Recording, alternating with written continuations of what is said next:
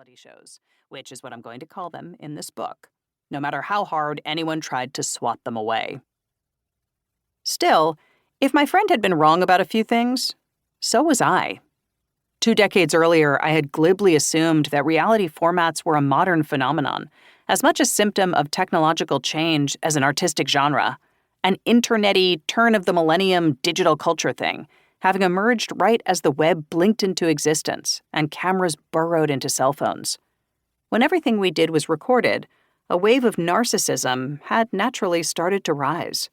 If reality television had any kind of history, I figured, it probably dated back to around 1992, when The Real World debuted on MTV. In fact, as I discovered when I began to dig deeper, reality programming wasn't all that new.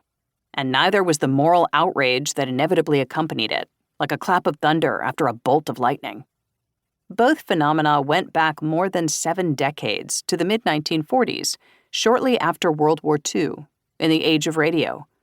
And as each new storm of reality experimentation emerged, starting with the jaw-dropping phenomenon of Candid Camera, which began as a radio show called Candid Microphone, the same thing happened. Critics dismissed these programs as a fad. They were cruel carnivals, which traded in humiliation. They were dumb spectacles made on the cheap. They were shoddy imitators of better types of art, less sophisticated than cinema verite documentary, shallower than fiction, too crass to have any lasting value.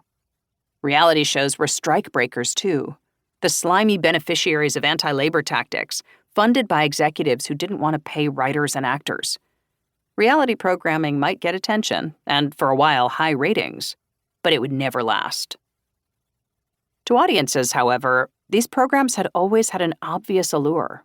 They offered something authentic, buried inside something fake. They stripped away the barrier between the star and the viewer. More than any other cultural product, they functioned as a mirror of the people who watched them. And if that reflection was sometimes cruel, it was also funny, riveting, outrageous, and affecting, even if, maybe especially if, you found it disturbing. It's hard to nail down one clear definition for reality programming, but in this book, I conceive of the genre as dirty documentary.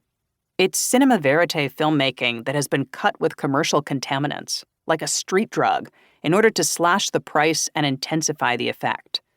Reality programs are shows that merge documentary techniques with some more rigid, easily repeatable approach to storytelling, like the game show or the soap opera, the talent contest or the sports competition.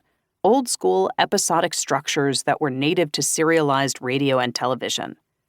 Cast real people, in other words, then put a tight frame around them, and squeeze. Sometimes the early reality shows were earnest social experiments designed to explore human nature. Other times, they were tawdry cash grabs. But mostly, they were a bit of both. Their low cultural status was inseparable from the warning label slapped on the product. Or, as critic James Poniwazek once put it wryly, reality TV is nonfiction television of which I personally disapprove. Even at their coarsest, though, reality shows offered up a powerful glimpse of human vulnerability, breaking taboos about what you were allowed to say or see. The gamblers who placed their bets on the reality genre were, from the start, an intrepid crew. They were rogue documentarians and amateur sociologists, gleeful manipulators and shameless voyeurs, piratical entrepreneurs who kept a sharp eye on the bottom line.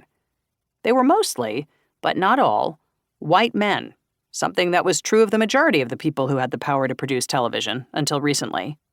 Some of them, like Gong Show host Chuck Barris and Fox impresario Mike Darnell, were distinguished by their P.T. Barnum-like enthusiasm, a gift for humbug, Barnum for bullshit, and a warm, seductive salesmanship.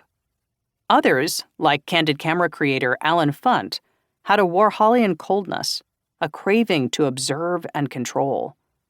A few women, particularly real-world co-creator Mary Ellis Boonem and the Prada-wearing trickster Lisa Levinson, helped shape crucial elements of the genre. And a striking slice, from the 1990s onward, were gay men, like real-world co-creator John Murray, who had a deep understanding of behavior as performance. Whatever their motive.